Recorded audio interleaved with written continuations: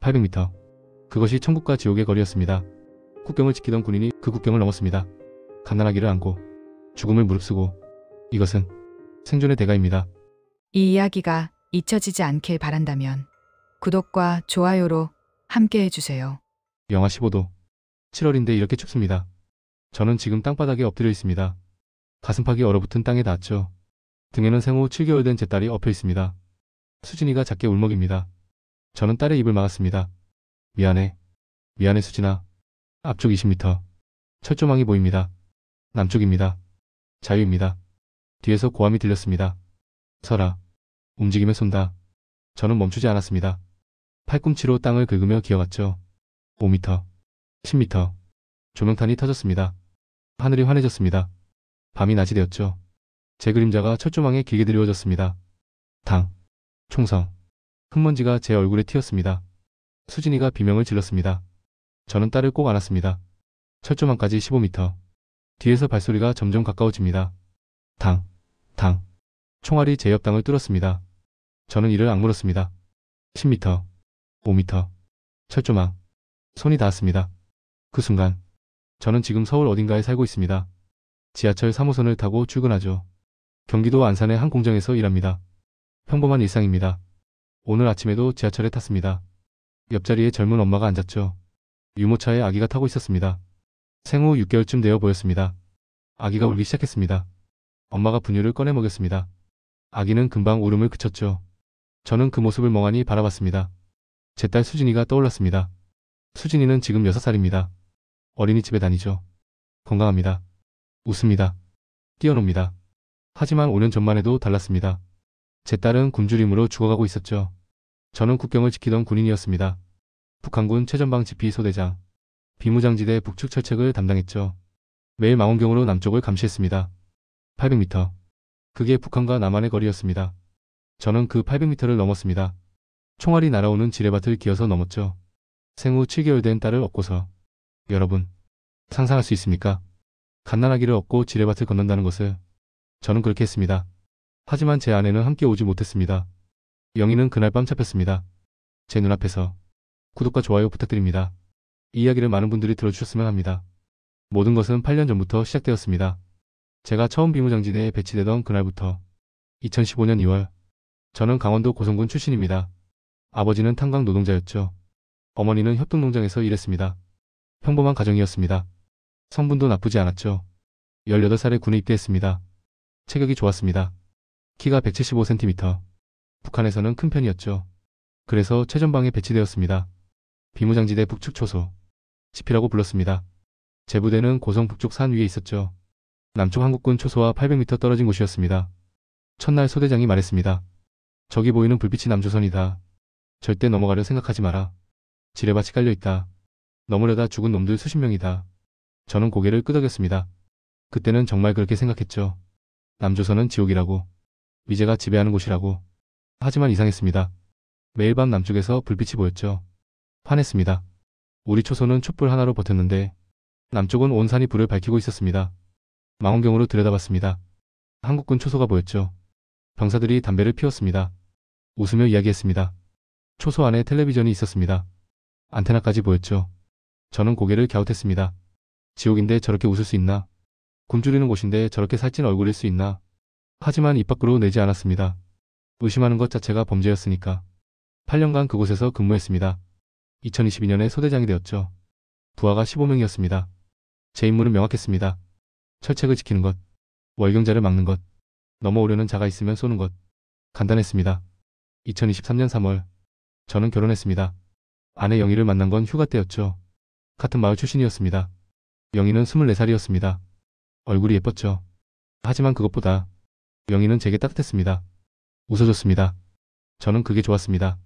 결혼 후 영희는 부대 근처 민간인 마을에 살았습니다. 한 달에 한 번 면회를 나갔죠. 영희는 매번 제게 옥수수떡을 싸줬습니다. 본인 것을 굶으면서까지. 행복했습니다. 그때까지는. 2024년 2월, 영희가 임신했다고 했습니다. 저는 기뻤죠. 아이가 생긴다는 것, 아버지가 된다는 것. 하지만 그 기쁨은 오래가지 않았습니다. 그해 5월부터 배급이 끊겼습니다. 완전히.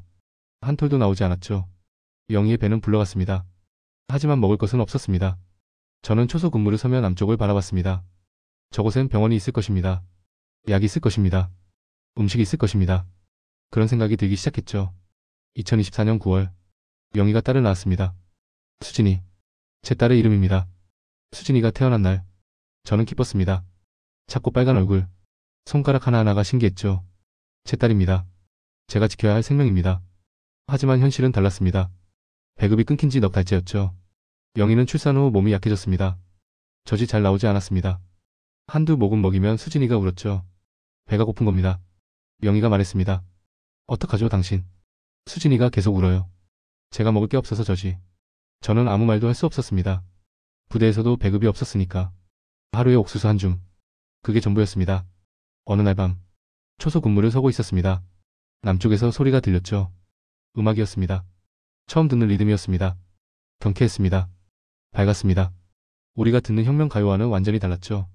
옆에 있던 병사가 말했습니다. 소대장 동무, 저게 남조선 음악입니까? 저는 고개를 끄덕였습니다. 적들의 태페 음악이다. 듣지 마라. 하지만 저도 계속 들었습니다. 귀를 막을 수 없었죠. 그 소리는 자유처럼 들렸습니다. 며칠 후, 남쪽 철책 근처에서 인기척이 들렸습니다. 망원경으로 확인했죠. 사람이었습니다. 우리 쪽 사람. 민간인 복장이었습니다. 철책을 넘으려 하고 있었습니다. 저는 무전기를 들었습니다. 월경 시도자 발견. 지시 바랍니다. 본부에서 답이 왔습니다. 사살하라. 저는 총을 들었습니다. 조준했습니다. 남자였습니다. 마른 몸, 너덜너덜한 옷. 필사적으로 철책을 오르고 있었죠. 저는 방아쇠에 손가락을 걸었습니다. 하지만 쏘지 못했습니다. 저 사람도 배가 고파서 넘어가는 겁니다. 저 사람도 누군가의 아버지일 겁니다. 저처럼. 당. 옆에 있던 병사가 쏘았습니다. 남자가 철책에서 떨어졌습니다. 움직이지 않았죠. 병사가 말했습니다. 소대장 동무, 왜 안 쏘셨습니까? 저는 대답하지 못했습니다.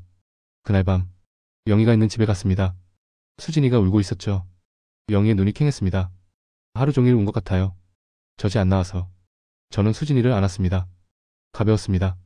너무 가벼웠습니다. 2024년 11월, 수진이는 생후 2달이 되었습니다. 몸무게는 3kg이었습니다. 정상 아기는 5kg쯤 되어야 했죠. 영희가 울었습니다. 우리 딸이 죽어가고 있어요. 제가 먹을 게 없어서. 젖이 안 나와서. 저는 주먹을 쥐었습니다. 800m만 가면 됩니다. 저 철책만 넘으면 남쪽엔 분명 병원이 있을 겁니다. 분유가 있을 겁니다. 하지만 그건 불가능했습니다. 지뢰밭이 있습니다. 철책이 있습니다. 넘다 걸리면 사살당합니다. 가족은 정치범 수용소로 끌려갑니다. 저는 고개를 저었습니다. 아니야. 생각하지 마. 하지만 매일 밤 남쪽 불빛을 보며 생각했습니다. 만약 넘을 수 있다면. 그리고 그날 제 눈앞에서 끔찍한 일이 벌어졌습니다. 2024년 12월 수진이는 생후 석 달이 되었습니다. 몸무게 2.8kg. 정상 아기의 절반도 안 되었죠. 영희는 하루에 한 끼도 못 먹었습니다. 마을 전체가 굶주렸습니다. 옆집 할머니가 죽었습니다. 굶어서. 그 다음 날은 아이가 죽었습니다. 3살짜리. 장례도 제대로 못 치렀죠. 시신을 묻을 힘도 없었으니까. 어느 날 아침, 영희가 저를 불렀습니다. 목소리가 떨렸죠. 당신. 수진이가 숨을 잘 못 쉬어요. 저는 달려갔습니다. 수진이를 봤습니다. 파랗게 질린 얼굴, 가쁜 호흡, 눈은 반쯤 감겨 있었죠. 저는 수진이를 안아 올렸습니다. 뼈만 남은 몸, 심장이 뛰는 게 손으로 느껴졌습니다. 너무 빠르게, 너무 약하게. 수진아, 수진아. 아빠 목소리 들려. 수진이는 반응이 없었습니다. 영희가 울부짖었습니다. 죽는 거예요. 우리 딸이 죽어가고 있어요. 저는 부대 의무대로 뛰어갔습니다. 군의관에게 보였죠. 군의관이 고개를 저었습니다. 영양실조가 심각합니다. 이 상태로는 일주일 못 갑니다. 제가 물었습니다. 치료할 수 있습니까? 군의관이 대답했습니다. 약이 없습니다. 영양제도 없습니다. 분유도 없습니다. 여기서 할 수 있는 게 없습니다. 저는 무릎이 꺾였습니다. 제 딸이 죽어갑니다. 제 눈앞에서. 굶어서.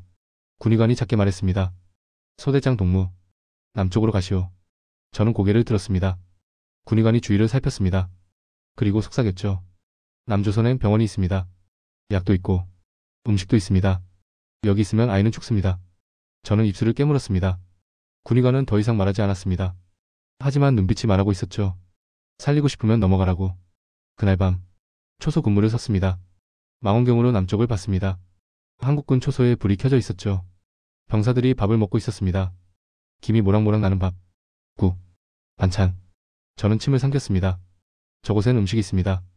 약이 있습니다. 병원이 있습니다. 제 딸을 살릴 수 있는 모든 것이 있습니다. 800m. 고작 800m입니다. 하지만 그 사이엔 지뢰가 묻혀 있습니다. 철책이 쳐져 있습니다. 넘다 걸리면 총살입니다. 가족은 수용소입니다. 저는 고개를 숙였습니다. 불가능합니다. 절대 불가능합니다. 다음 날, 수진이의 상태가 더 나빠졌습니다. 숨소리가 거의 들리지 않았죠. 영희가 수진이를 안고 울었습니다. 미안해 수진아. 엄마가 밥을 못 먹어서. 젖이 안 나와서. 내가 이렇게 된 거야. 저는 주먹으로 바닥을 쳤습니다. 아니야. 영희 잘못이 아니야. 이 나라 잘못이야. 김정은 잘못이야. 영희가 깜짝 놀라 제 입을 막았습니다. 그런 말 하지 마요. 들키면 우리 다 죽어요. 저는 영희의 손을 잡았습니다. 눈물이 났습니다. 그때 처음으로 깨달았습니다. 이 나라는 제 딸을 죽이고 있다는 것을, 아무 죄 없는 갓난아기를 굶겨 죽이고 있다는 것을. 여러분, 여러분의 아이가 굶주려 죽어간다면, 800m만 가면 살릴 수 있다면, 하지만 그 사이에 지뢰밭이 있다면, 여러분은 어떻게 하시겠습니까? 포기할 수 있겠습니까? 아니면 목숨을 걸겠습니까? 저는 그날 밤 결심했습니다.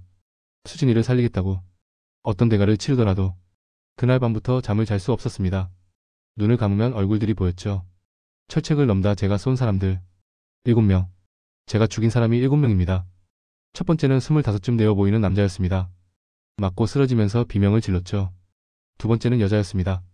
등에 보따리를 메고 있었습니다. 세 번째는, 네 번째는, 다섯 번째는. 저는 그들의 얼굴을 기억합니다. 하나하나 다. 그들도 제가 지금 느끼는 절박함 때문에 넘었을 겁니다. 배가 고파서, 가족이 굶어 죽어서, 살고 싶어서. 저는 그들을 쏘았습니다. 명령이니까, 군인이니까, 조국을 지키는 거니까. 하지만 지금 생각하면 조국이 뭡니까? 제 딸 하나 먹여 살리지 못하는 나라가, 갓난아기를 굶겨 죽이는 체제가 지킬 가치가 있습니까? 저는 초소에 앉아 남쪽을 바라봤습니다. 매일 밤 한국군 초소의 불빛이 보였죠. 따뜻해 보였습니다. 밝았습니다. 살아있었습니다. 우리 초소는 어둡습니다. 춥습니다. 죽어가고 있습니다. 어느 쪽이 진짜 지옥입니까? 배운 대로라면 남쪽이 지옥이어야 합니다. 위제 식민지, 굶주리는 사람들. 하지만 제 눈에 보이는 건 정반대였죠. 북쪽이 굶주리고 있습니다. 북쪽이 죽어가고 있습니다. 우리가 지옥입니다. 어느 날 밤 부대원 하나가 말했습니다. 소대장 동무, 남조선이 정말 지옥입니까? 저는 대답하지 못했습니다. 부대원이 또 물었습니다. 왜 저렇게 불이 많습니까? 왜 저렇게 밝습니까? 우리는 왜 이렇게 춥습니까? 저는 입을 다물었습니다.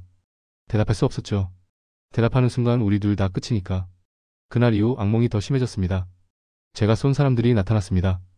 철책 너머에서 손짓했죠. 넘어와. 여기가 진짜 자유야. 넌 왜 안 와? 저는 비명을 지르며 깼습니다. 땀에 젖어 있었습니다. 영희가 물었습니다. 또 악몽 꿨어요. 저는 고개를 끄덕였습니다. 영희가 제 손을 잡았죠. 당신 요즘 이상해요. 무슨 생각하는 거예요? 저는 대답하지 않았습니다. 말할 수 없었습니다. 남쪽으로 가고 싶다고. 철책을 넘고 싶다고. 그런 말을 하는 순간 우리 가족은 끝입니다. 하지만 제 마음속에선 이미 결정이 내려지고 있었습니다. 천천히, 조금씩, 돌이킬 수 없게. 이건 잘못된 겁니다. 이 체제가, 이 나라가, 김정은이, 모든 게 잘못됐습니다. 제 딸은 죄가 없습니다. 태어난 게 죄입니까? 북한에 태어난 게 죄입니까? 아니야. 죄는 이 나라에 있습니다. 저는 창밖을 봤습니다. 남쪽 하늘이 희미하게 밝았습니다. 불빛 때문이었죠. 저곳으로 가야 합니다. 수진이를 안고 영희와 함께 넘어가야 합니다. 죽을 수도 있습니다. 하지만 여기 있으면 확실히 죽습니다. 선택의 여지가 없었습니다. 2025년 1월 저는 결심했습니다. 남쪽으로 넘어가겠다고. 하지만 혼자서는 불가능했죠. 수진이를 데리고 가야 합니다. 영희도 함께 가야 합니다. 영희에게 말해야 했습니다. 어느 날 밤 영희네 집에 갔습니다. 수진이는 자고 있었죠. 숨소리가 가늘었습니다. 영희가 물었습니다. 당신 오늘 일찍 왔네요. 저는 영희 옆에 앉았습니다. 한참을 말이 없었죠. 영희가 제 얼굴을 들여다봤습니다. 무슨 일 있어요? 저는 천천히 입을 열었습니다. 영희, 우리 떠나야 해. 영희가 고개를 갸웃했습니다. 어디요? 저는 작게 대답했습니다. 남쪽. 영희의 얼굴이 굳었습니다. 잠시 침묵이 흘렀죠. 영희가 떨리는 목소리로 말했습니다. 미쳤어요. 그게 무슨 소리예요? 저는 수진이를 가리켰습니다. 저 해봐. 죽어가고 있어. 여기 있으면 한 달 안에 죽어. 영희가 고개를 저었습니다. 그래도 그건 남쪽으로 간다는 건 죽을 수도 있잖아요. 저는 영희의 손을 잡았습니다. 여기 있어도 죽어. 확실히 죽어. 하지만 남쪽으로 가면 살 수 있어. 병원이 있어. 약이 있어. 음식 있어. 영희가 울기 시작했습니다. 무서워요. 지뢰밭 있잖아요. 철책도 있고. 잡히면 우리 다 죽어요. 저는 영희를 안았습니다. 제가 길을 압니다. 지피 소대장이에요 나. 지뢰 위치 다 알아. 철책 취약점도 알아. 근무 교대 시간도 알아. 우리 할 수 있어. 영희가 수진이를 봤습니다. 뼈만 앙상한 몸. 파리한 얼굴. 영희의 눈에서 눈물이 흘렀죠. 우리 딸 살릴 수 있어요. 정말요? 저는 고개를 끄덕였습니다. 남쪽엔 병원이 있어. 신생아 집중치료실도 있을 거야. 제대로 된 의사가 있어. 저 애 살릴 수 있어. 영희가 한참을 울었습니다. 그리고 천천히 말했죠. 언제요? 저는 대답했습니다. 이번 달 안에. 더 늦으면 수진이가 못 버텨. 영희가 떨리는 손으로 수진이를 만졌습니다. 알았어요. 가요. 우리 딸 살려야죠. 저는 영희를 꼭 안았습니다. 고마워. 우리 꼭 살아서 남쪽 가자. 하지만 마음 한편이 무거웠습니다. 제가 지피 소대장입니다. 최전방 철책 책임자죠. 그런 사람이 탈북한다는 건 북한 체제에 대한 배신입니다. 잡히면 사형입니다. 직결 처형. 가족은 3대가 정치범 수용소로 끌려갑니다. 부모님도, 영희 부모님도, 친척들도, 모두. 여러분, 상상할 수 있습니까? 한 사람의 선택이 수십 명을 죽음으로 몰아넣는다는 것을. 하지만 저는 선택했습니다. 제 딸을 살리기로. 부모님을 버리고, 친척들을 버리고, 모든 걸 버리고. 이기적입니까? 네, 이기적입니다. 하지만 저는 아버지입니다. 제 딸을 지키는 게 먼저입니다. 그날 밤, 저는 계획을 세우기 시작했습니다. 지뢰밭 지도를 머릿속에 그렸습니다. 근무 교대 시간을 확인했습니다. 철책 취약 지점을 점검했습니다. 디데이를 정했습니다. 1월 25일, 보름달이 뜨지 않는 날, 가장 어두운 밤. 하지만 지피 소대장의 탈북은 북한군 역사상 최악의 배신 행위였습니다. 성공하든 실패하든 이미 돌아갈 곳은 없었습니다. 1월 15일, 부대 본부에서 연락이 왔습니다. 김철수 소대장, 내일 오전 10시 보위부 조사받으러 와라. 저는 전화기를 든 손이 떨렸습니다. 보위부. 북한에서 보위부 조사는 끝입니다. 한 번 걸리면 나오지 못하죠. 부대장이 제 얼굴을 봤습니다. 무슨 일 저질렀나 김 소대장. 저는 고개를 저었습니다. 모릅니다. 하지만 알고 있었습니다. 지난달 철책 월경 시도자를 쏘지 않은 일. 누군가 보고한 겁니다. 부대원 중 하나가. 아니면 감시 카메라에 찍혔거나. 이유야 어쨌든 저는 끝났습니다. 그날 밤 잠이 오지 않았습니다. 내일 보위부에 가면 신문을 봤습니다. 왜 쏘지 않았나? 체제에 불만이 있나? 남조선에 동조하나? 대답을 잘못하면 그 자리에서 체포됩니다. 정치범 수용소행이죠. 가족도 함께. 영희도, 수진이도. 새벽 4시. 저는 영희네 집으로 갔습니다. 영희가 놀랐겠습니다. 왜 이 시간에? 저는 영희에게 말했습니다. 내일 보위부 조사야. 영희 얼굴이 하얗게 질렸습니다. 보위부요? 왜요? 저는 사실대로 말했습니다. 지난달 월경자 쏘지 않은 거 걸린 것 같아. 영희가 바닥에 주저앉았습니다. 그럼 우린. 저는 고개를 끄덕였습니다. 잡히면 다 끝이야. 나도, 너도, 수진이도. 수용소가. 영희가 수진이를 안았습니다. 수진이는 숨소리도 약했죠. 영희가 울먹였습니다. 어떡해요? 어떡해? 저는 영희의 어깨를 잡았습니다. 오늘 밤 가야 해. 지금 당장. 영희가 고개를 들었습니다. 오늘요? 하지만 준비가. 저는 말을 끊었습니다. 준비할 시간 없어. 내일 아침이면 나 체포돼. 그럼 끝이야. 오늘 밤이 마지막 기회야. 영희가 떨었습니다. 무서워요. 준비도 안 됐는데. 지뢰밭을. 저는 영희의 얼굴을 마주 봤습니다. 나 믿어. 제대로 안내할게. 지뢰 위치 다 외웠어. 우린 할 수 있어. 영희가 수진이를 내려다봤습니다. 수진이의 숨소리가 거칠었습니다. 영희가 손으로 수진이의 이마를 짚었죠. 열이 있었습니다. 영희가 비명을 질렀습니다. 당신. 수진이가 뜨거워요. 저는 수진이를 만져봤습니다. 고열이었습니다. 섭씨 40도는 넘어 보였죠. 영희가 울었습니다. 병원 가야 해요. 약 먹여야 해요. 저는 주먹을 쥐었습니다. 부대 의무대엔 해열제도 없습니다. 민간 병원은 더 형편없죠. 이 상태로 이틀만 있으면 수진이는 죽습니다. 영희. 지금 가야 해. 수진이 살리려면. 영희가 고개를 들었습니다. 눈물 범벅인 얼굴. 정말 살 수 있어요. 남쪽 가면요. 저는 단호하게 말했습니다. 살 수 있어. 남쪽엔 병원이 있어. 신생아 집중치료실이 있어. 수진이 같은 아기들 살리는 곳이야. 여기 있으면 확실히 죽어. 하지만 남쪽 가면 살아. 100%. 영희가 떨리는 손으로 짐을 싸기 시작했습니다. 수진이 옷 몇 벌, 기저귀 몇 장. 그게 전부였죠. 저는 시계를 봤습니다. 새벽 5시. 1시간 후면 동이 틉니다. 어두울 때 넘어가야 합니다. 지금 출발해야 해. 영희가 수진이를 업었습니다. 수진이가 작게 신음했죠. 영희가 제 손을 잡았습니다. 당신, 우리 꼭 살아서 남쪽 가요. 저는 고개를 끄덕였습니다. 약속해. 우리 셋 다 살아서 간다. 하지만 가슴 한편이 무거웠습니다. 부모님 생각이 났습니다. 제가 탈북하면 아버지는 탄광에서 끌려 나올 겁니다. 어머니도 농장에서 체포될 겁니다. 정치범 수용소로 끌려갑니다. 고문당합니다. 굶어 죽습니다. 영희 부모님도 마찬가지죠. 친척들도. 모두. 제 선택 때문에. 하지만 돌아볼 수 없었습니다. 제 딸이 죽어가고 있습니다. 지금 이 순간. 제 품 안에서. 선택의 여지가 없었습니다. 그 순간. 저는 결심했습니다. 죽을 각오로. 남쪽으로 넘어가겠다고. 수진이를 살리겠다고. 설령 그 대가가 제 목숨이라 해도, 부모님의 목숨이라 해도. 저는 문을 열었습니다. 밖은 어두웠습니다. 차가운 바람이 불어왔죠. 영희, 가자. 영희가 수진이를 꼭 안고 밖으로 나왔습니다. 저는 마지막으로 집을 돌아봤습니다. 이제 다시는 돌아올 수 없습니다. 북한으로 이 땅으로 우리는 걸었습니다. 집이 초소 방향으로 800m 넘어 자유를 향해. 이야기를 하기 전에 여러분께 말씀드려야 할 게 있습니다. 제가 처음 집회에 배치된 건 2015년이었죠. 그때 선임이 있었습니다. 박성철 상사. 35살. 15년 복무한 베테랑이었습니다. 박 상사는 말이 없었습니다. 근무만 묵묵히 섰죠. 어느 날 밤, 박 상사가 근무를 서다 사라졌습니다. 초소에 총만 남아 있었습니다. 부대가 발칵 뒤집혔죠. 수색조가 투입됐습니다. 사흘째 되던 날, 중국 공안이 박 상사를 넘겨줬습니다. 두만강 건너편에서 잡혔다고 했죠. 박 상사는 끌려왔습니다. 온몸에 멍이 들어 있었습니다. 이미 맞은 겁니다. 중국에서 보위부 조사가 시작됐습니다. 한 달간 비명소리가 들렸습니다. 매일 밤. 그리고 2개월 후 부대 전체가 집합했습니다. 공개 처형식이었습니다. 박 상사가 기둥에 묶여 나왔죠. 얼굴을 알아볼 수 없었습니다. 보위부 장교가 말했습니다. 이 반역자를 보라. 조국을 배신한 자의 최후다. 총성이 울렸습니다. 5발. 박 상사가 쓰러졌습니다. 저는 그 광경을 지켜봐야 했습니다. 21살. 첫 배치석 달 만에. 그리고 며칠 후 소식을 들었습니다. 박 상사의 가족. 아내와 2딸. 8살, 5살. 정치범 수용소로 끌려갔다고 했습니다.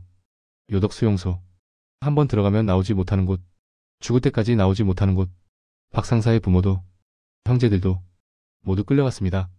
3대가 멸촉당한 겁니다. 한 사람의 탈북 시도 때문에. 그날 밤, 저는 남쪽 철책을 봤습니다.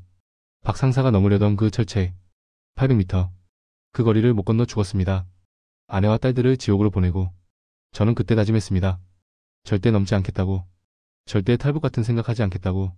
하지만 지금, 10년 후, 저는 그 철책을 넘으려 하고 있습니다. 박 상사처럼. 실패하면 죽습니다. 가족도 죽습니다. 부모도 죽습니다. 알고 있습니다. 하지만 가야 합니다. 제 딸을 살리기 위해.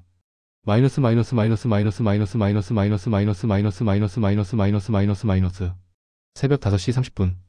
저는 영희와 수진이를 데리고 움직였습니다. 부대 후방 1km 지점. 버려진 민가가 하나 있었죠. 전쟁 때 폭격 맞은 집이었습니다. 벽만 남아 있었습니다. 영희야, 여기서 대기해. 내가 오면 바로 출발하는 거야.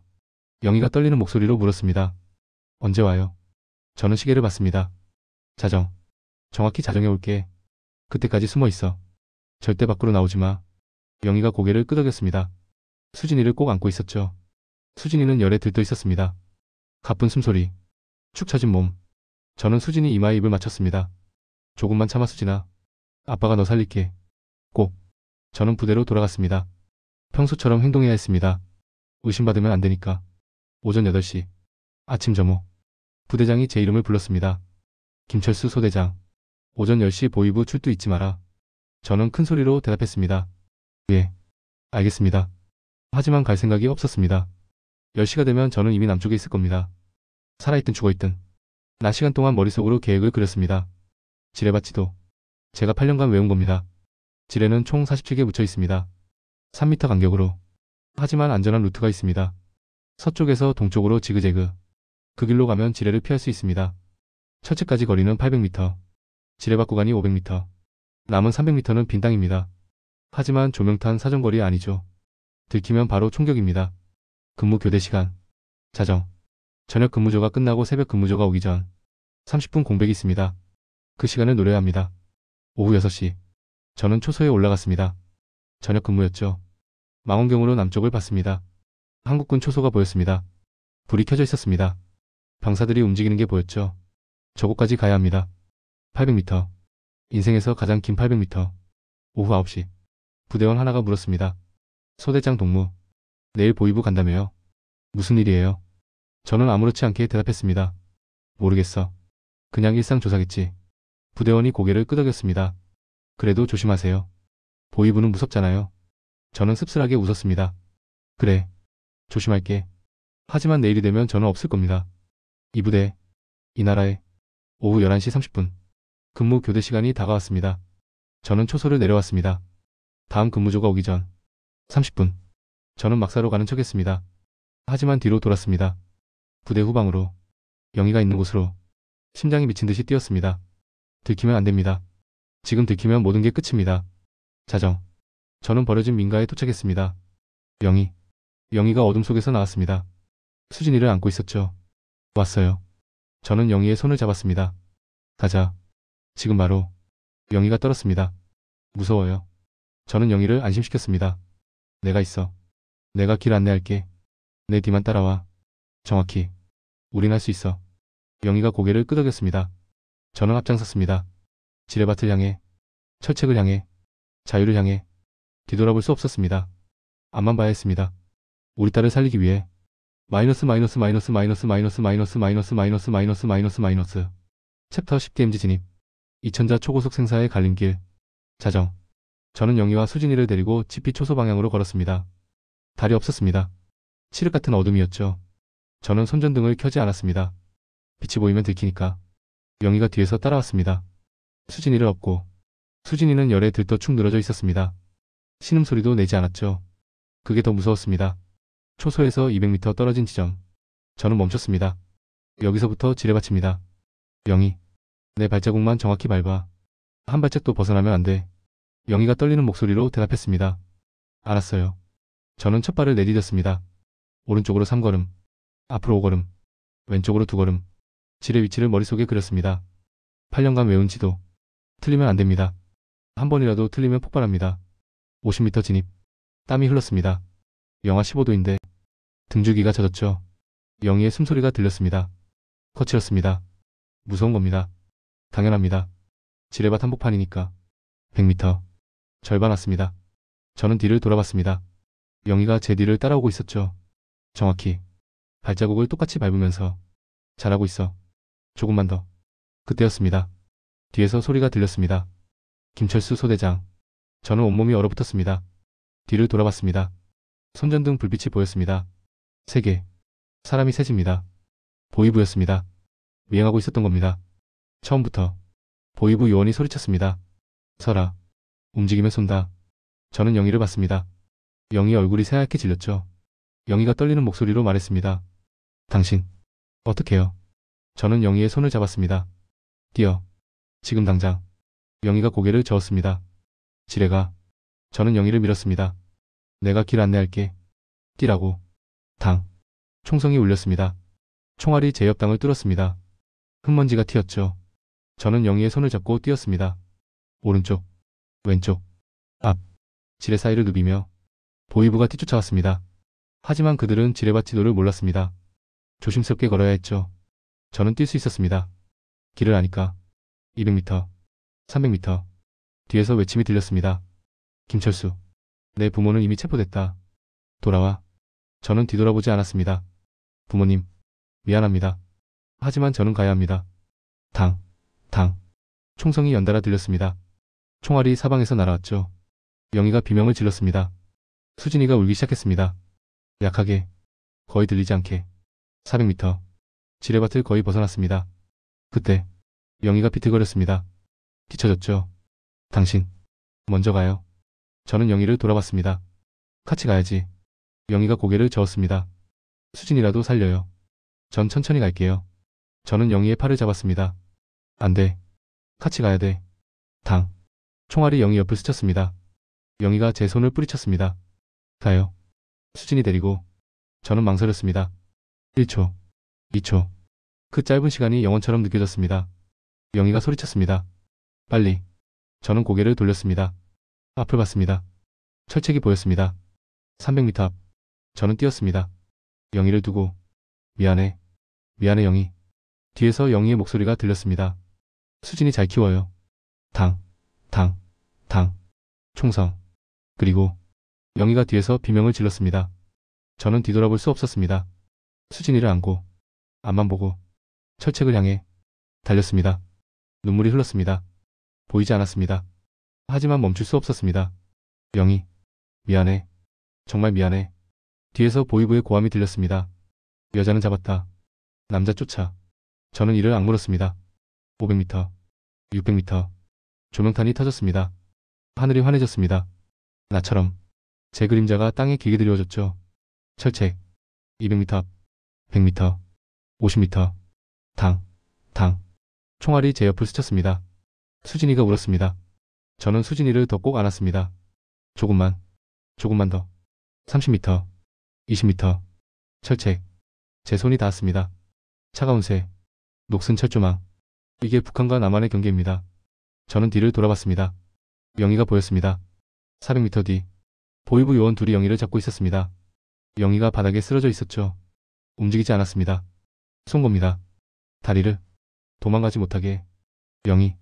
제 입에서 신음이 새어나왔습니다. 보이부 요원이 소리쳤습니다. 김철수. 내 아내 여기 있다. 돌아오지 않으면 지금 쏜다. 저는 철책을 움켜쥐었습니다. 손에서 피가 났습니다. 날카로운 철조망에 베었죠. 하지만 아프지 않았습니다. 영희가 고개를 들었습니다. 저를 봤습니다. 입을 움직였습니다. 소리는 들리지 않았지만 알 수 있었습니다. 가요. 가라고. 저는 고개를 저었습니다. 안 돼. 영희. 같이 가야지. 보이부 요원이 영희 머리에 총을 겨눴습니다. 김철수. 3초 준다. 하나. 저는 철책을 넘으려 했습니다. 돌아가려고. 영희를 데리러. 둘. 하지만 수진이가 제 품에서 울었습니다. 약하게. 거의 소리도 안 나게. 저는 수진이를 내려다봤습니다. 파란 얼굴. 가쁜 숨. 죽어가고 있습니다. 지금 이 순간에도. 셋. 총성. 저는 눈을 감았습니다. 하지만 소리가 없었습니다. 영희의 비명이. 눈을 떴습니다. 보이부 요원이 총을 하늘로 쏜 겁니다. 경고였죠. 요원이 다시 총을 영희 머리에 겨눴습니다. 마지막이다. 돌아와. 안 오면 진짜 쏜다. 영희가 소리쳤습니다. 이번엔 들렸습니다. 가요. 수진이 데리고 가요. 전 괜찮아요. 저는 온몸이 떨렸습니다. 영희를 두고 갈 수 없습니다. 하지만 수진이가 죽어갑니다. 돌아가면 우리 셋 다 죽습니다. 가면 수진이만 삽니다. 하지만 영희는. 여러분. 만약 여러분이라면 아내와 딸 중 하나만 선택해야 한다면 어떻게 하시겠습니까? 저는 그 선택을 했습니다. 고개를 돌렸습니다. 남쪽을. 철책 너머를 봤습니다. 그리고 철책을 잡았습니다. 올라갔습니다. 뒤에서 영희의 목소리가 들렸습니다. 잘 가요. 수진이 잘 키워요. 사랑해요. 저는 대답하지 못했습니다. 목이 메었습니다. 눈물이 나왔습니다. 철책을 넘었습니다. 남쪽. 자유. 하지만 자유가 아니었습니다. 영희를 버리고 온 이 자유가. 보이부가 쏘기 시작했습니다. 저를 향해. 총알이 날아왔습니다. 땅에 박혔습니다. 제 옆을. 저는 수진이를 안고 엎드렸습니다. 기어갔습니다. 팔꿈치로 땅을 긁으며 5m, 10m. 총알이 계속 날아왔습니다. 하지만 맞지 않았습니다. 거리가 너무 멀었죠. 800m. 유효 사거리를 벗어났습니다. 저는 일어났습니다. 뛰었습니다. 남쪽으로. 한국 쪽으로. 뒤에서 보이부의 고함이 들렸습니다. 김철수. 내 아내 죽인다. 내 부모 죽인다. 내 친척 모두 죽인다. 저는 멈추지 않았습니다. 뛰었습니다. 귀를 막았습니다. 하지만 소리는 들렸습니다. 영희의 울음소리. 부모님 얼굴. 모두 제 머릿속에 떠올랐습니다. 저는 살인자입니다. 아내를 죽였습니다. 부모를 죽였습니다. 친척들을 죽였습니다. 제 선택으로. 제 발로. 수진아. 너 하나 살리려고. 저는 모두를 죽였어. 100m 더 뛰었습니다. 200m. 철책에서 완전히 멀어졌습니다. 북한군 목소리가 더 이상 들리지 않았죠. 저는 주저앉았습니다. 수진이를 내려다봤습니다. 수진이는 눈을 감고 있었습니다. 숨을 쉬고 있었습니다. 약하게. 하지만 살아 있었습니다. 살아 있어. 우리 딸. 저는 수진이를 꼭 안았습니다. 울었습니다. 소리내요. 영희. 미안해. 정말 미안해. 하지만 수진이는 살려야 했어. 용서해줘. 제발. 앞쪽에서 불빛이 보였습니다. 손전등. 여러 개. 사람들이 달려오고 있었습니다. 한국군이었습니다. 저는 그 자리에 멈췄습니다. 손을 들었습니다. 수진이를 안고. 그 순간 한국군 초소에서 조명이 켜졌습니다. 환하게. 나처럼. 저는 그 빛 속에 서 있었습니다. 딸을 안고, 아내를 버리고, 부모를 죽이고, 모든 것을 잃고, 자유라는 이름으로. 조명이 켜졌습니다. 환했습니다. 낮보다 밝았죠. 저는 그 빛 속에 서 있었습니다. 손을 들고, 수진이를 안고, 한국군이 달려왔습니다. 5명, 총을 들고, 저를 향해. 멈춰. 움직이지 마. 저는 무릎을 꿇었습니다. 한 손은 들고, 한 손으론 수진이를 안았습니다. 쏘지 마세요. 귀순합니다. 대한민국 국민이 되고 싶습니다. 한국군이 저를 둘러쌌습니다. 총구가 제 머리를 겨눴죠. 손 들어. 양손 다. 저는 말했습니다. 아기가 있어요. 제 딸이에요. 죽어가고 있어요. 한국군 병사가 손전등으로 수진이를 비췄습니다. 수진이의 얼굴이 드러났습니다. 파란색.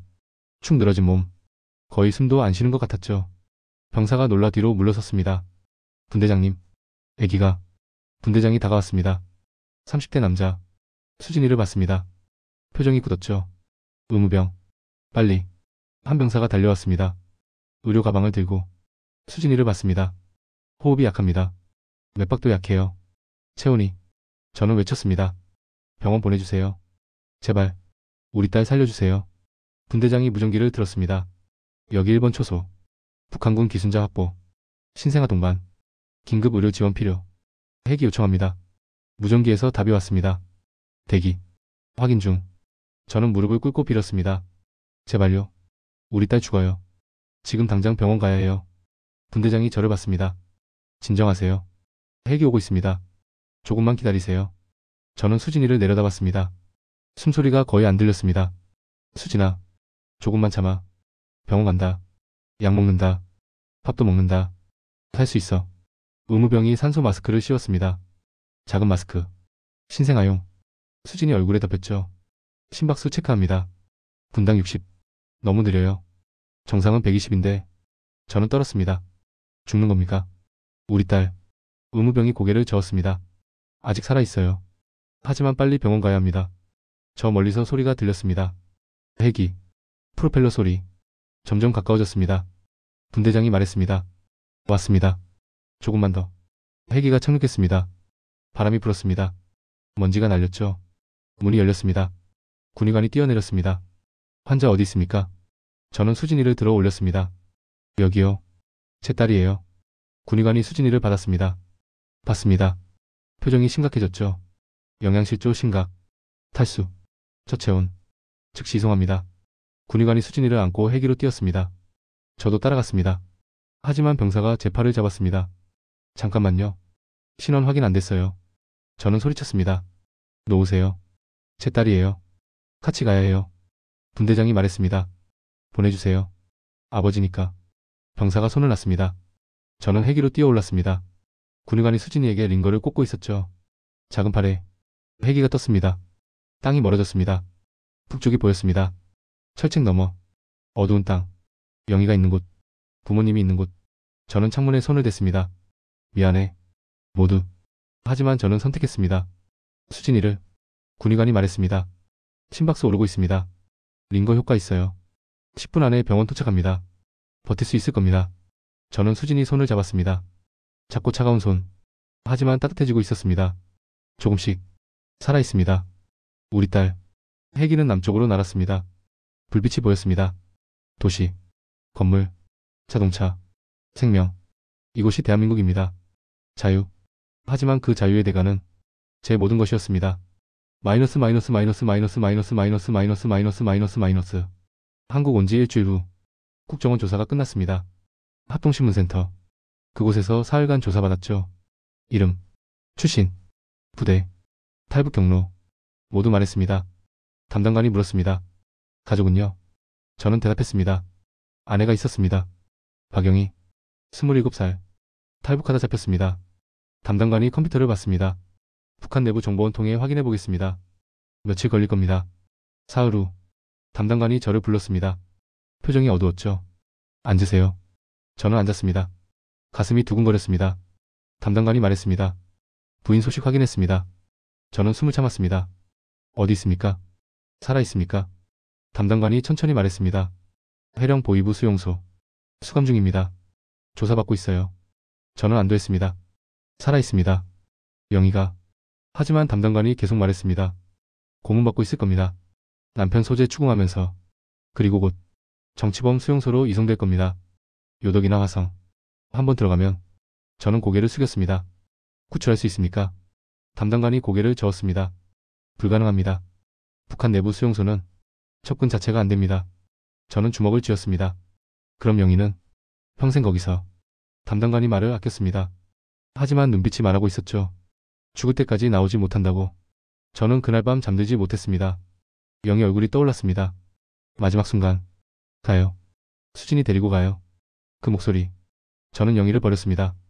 수진이를 살리기 위해. 영희는 지금 고문받고 있습니다. 저 때문에. 제 선택 때문에. 여러분. 이게 맞는 선택이었을까요? 아내를 지옥에 두고 딸 하나 살린 게. 저는 지금도 모르겠습니다. 마이너스. 헬기가 착륙했습니다. 국군수도병원. 경기도 성남. 의료진이 대기하고 있었습니다. 헬기 문이 열리자마자 달려왔죠. 환자 어디 있습니까? 군의관이 수진이를 건넸습니다. 생후 7개월. 영양실조 심각. 탈수. 저체온. 심박수 분당 70. 의사가 수진이를 안고 뛰었습니다. 응급실로. 저도 따라갔습니다. 하지만 간호사가 막았었습니다. 보호자는 밖에서 대기하세요. 저는 고개를 저었습니다. 안 돼요. 제 딸이에요. 같이 있어야 해요. 간호사가 단호하게 말했습니다. 치료에 방해됩니다. 밖에서 기다리세요. 문이 닫혔습니다. 저는 응급실 문 앞에 섰습니다. 유리창으로 안이 보였죠. 의사 5명이 수진이를 둘러쌌습니다. 링거를 꽂았습니다. 산소 마스크를 씌웠습니다. 심전도 기계를 붙였습니다. 비. 심장 소리. 느렸습니다. 하지만 뛰고 있었습니다. 살아있습니다. 의사가 무언가 주사했습니다. 수진이 몸이 작게 떨렸죠. 저는 유리창에 손을 댔습니다. 수진아. 버텨. 아빠 여기 있어. 30분이 지났습니다. 1시간이 지났습니다. 응급실 문이 열렸습니다. 의사가 나왔죠. 마스크를 벗었습니다. 보호자 되시는 분. 저는 다가갔습니다. 저요. 아버지입니다. 우리 딸. 살 수 있습니까? 의사가 고개를 끄덕였습니다. 위험한 고비는 넘겼습니다. 링거로 수분 공급했고 영양제 투여했습니다. 체온도 올라가고 있어요. 저는 무릎이 꺾였습니다. 주저앉았습니다. 감사합니다. 정말 감사합니다. 의사가 말을 이었습니다. 하지만 아직 안심하긴 이릅니다. 영양실조가 심각해요. 체중이 2.6kg밖에 안 됩니다. 생후 7개월이면 7kg은 되어야 하는데 장기 손상 가능성도 있고요. 최소 일주일은 입원해야 합니다. 저는 고개를 끄덕였습니다. 알겠습니다. 뭐든지 하겠습니다. 우리 딸만 살려주세요. 의사가 제 어깨를 두드렸습니다. 걱정 마세요. 여긴 대한민국입니다. 아기 살리는데 최선을 다하겠습니다. 저는 그 말에 울컥했습니다. 대한민국. 제가 목숨 걸고 온 곳. 영희를 버리고 온 곳. 부모를 죽이고 온 곳. 하지만 제 딸을 살린 곳. 중환자실로 옮겨졌습니다. 신생아 집중치료실. 유리창 너머로 수진이가 보였죠. 인큐베이터 안 작은 몸에 온갖 선이 연결되어 있었습니다. 하지만 숨쉬고 있었습니다. 살아 있었습니다. 그날 밤 저는 중환자실 밖 의자에 앉아 있었습니다. 잠들 수 없었죠. 눈을 감으면 영희가 보였습니다. 총에 맞아 쓰러지는 모습. 보위부에 끌려가는 모습. 고문받는 모습. 저는 고개를 흔들었습니다. 생각하지 마. 수진이를 살렸어. 그걸로 됐어. 하지만 가슴이 아팠습니다. 찢어지는 것처럼. 다음날 아침 국정원 직원이 왔습니다. 2명. 양복 입은 남자들. 김철수 씨. 합동신문 받으셔야 합니다. 저는 수진이를 봤습니다. 아직 중환자실에 있었죠. 지금요. 딸이 아직. 직원이 말했습니다. 따님은 의료진이 돌봅니다. 걱정 마세요. 이틀 정도 걸릴 겁니다.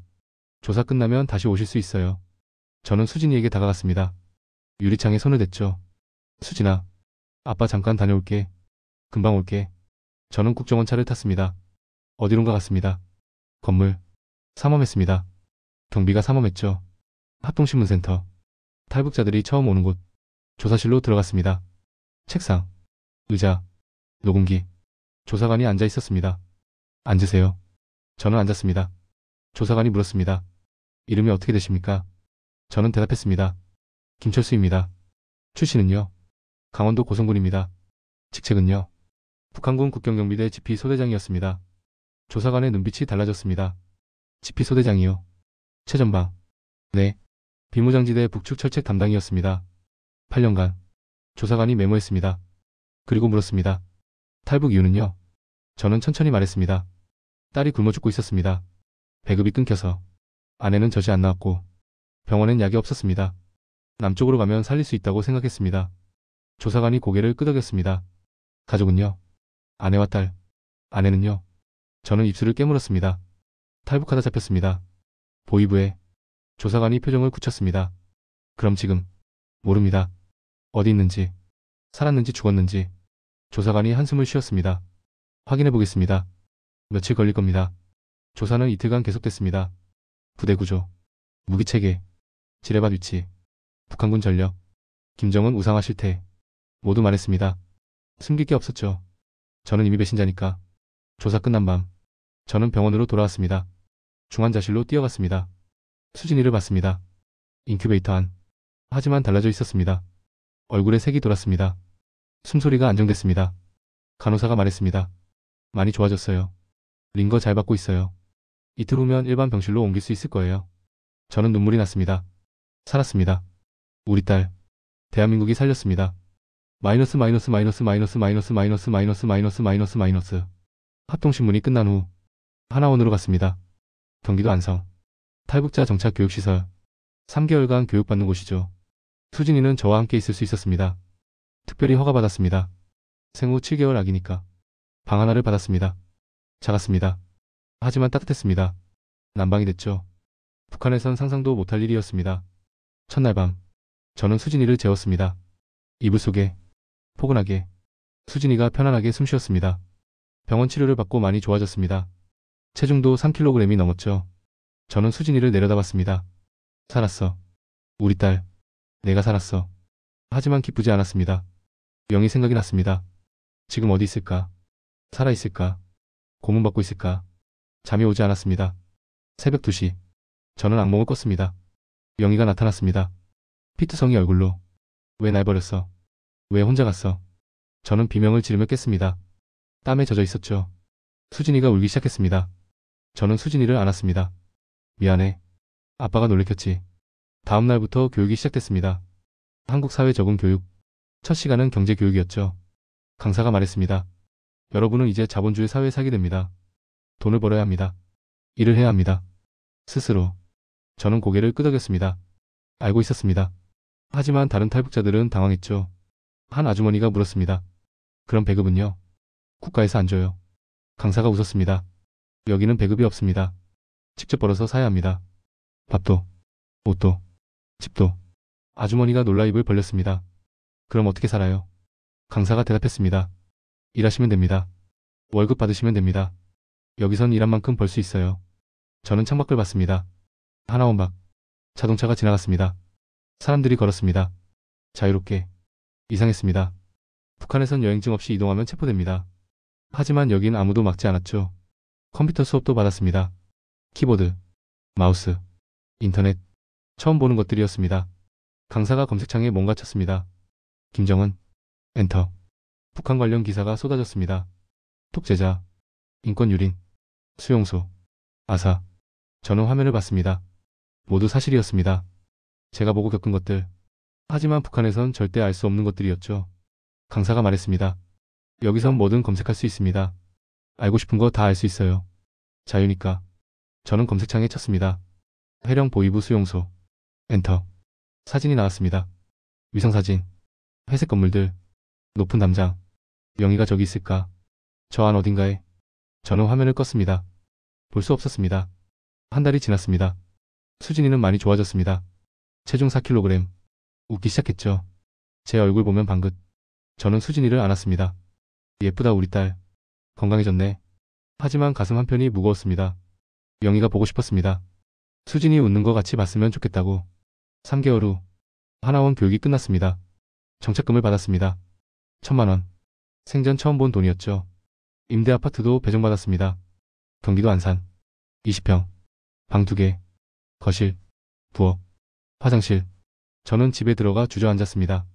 이게 제 집입니다. 대한민국에서. 자유의 땅에서. 하지만 영희는 없었습니다. 혼자였습니다. 수진이와 단둘이. 그날 밤 또 악몽을 꿨습니다. 영희가 철창 안에 있었습니다. 손을 내밀었죠. 살려줘. 날 꺼내줘. 저는 손을 뻗었습니다. 하지만 닿지 않았습니다. 영희가 멀어졌습니다. 어둠 속으로. 저는 소리쳤습니다. 영희. 그리고 깼습니다. 수진이가 울고 있었습니다. 저는 수진이를 안았습니다. 울었습니다. 소리내요. 미안해 영희. 정말 미안해. 마이너스 마이너스 마이너스 마이너스 마이너스 마이너스 마이너스 마이너스 마이너스 마이너스. 하나원을 나온 지 일주일 후 저는 이 자리를 구했습니다. 안산의 한 자동차 부품 공장. 용접공이었죠. 월급 200만 원. 북한 돈으로는 상상도 못할 액수였습니다. 첫 출근 날 공장장이 말했습니다. 여기서 일하시면 됩니다. 오전 9시부터 오후 6시까지. 점심시간 1시간. 주말은 쉬고요. 저는 놀랐습니다. 주말을 쉰다고요? 북한에선 일요일에도 일했습니다. 공장장이 웃었습니다. 여긴 한국입니다. 노동법이 있어요. 저는 일을 시작했습니다. 용접 마스크를 쓰고 불꽃을 튀기며 힘들었습니다. 하지만 좋았습니다. 일한 만큼 돈을 받으니까. 아무도 감시하지 않으니까. 자유니까. 첫 월급을 받았습니다. 180만 원. 세금 떼고. 저는 그 돈을 들고 집에 왔습니다. 수진이를 안았습니다.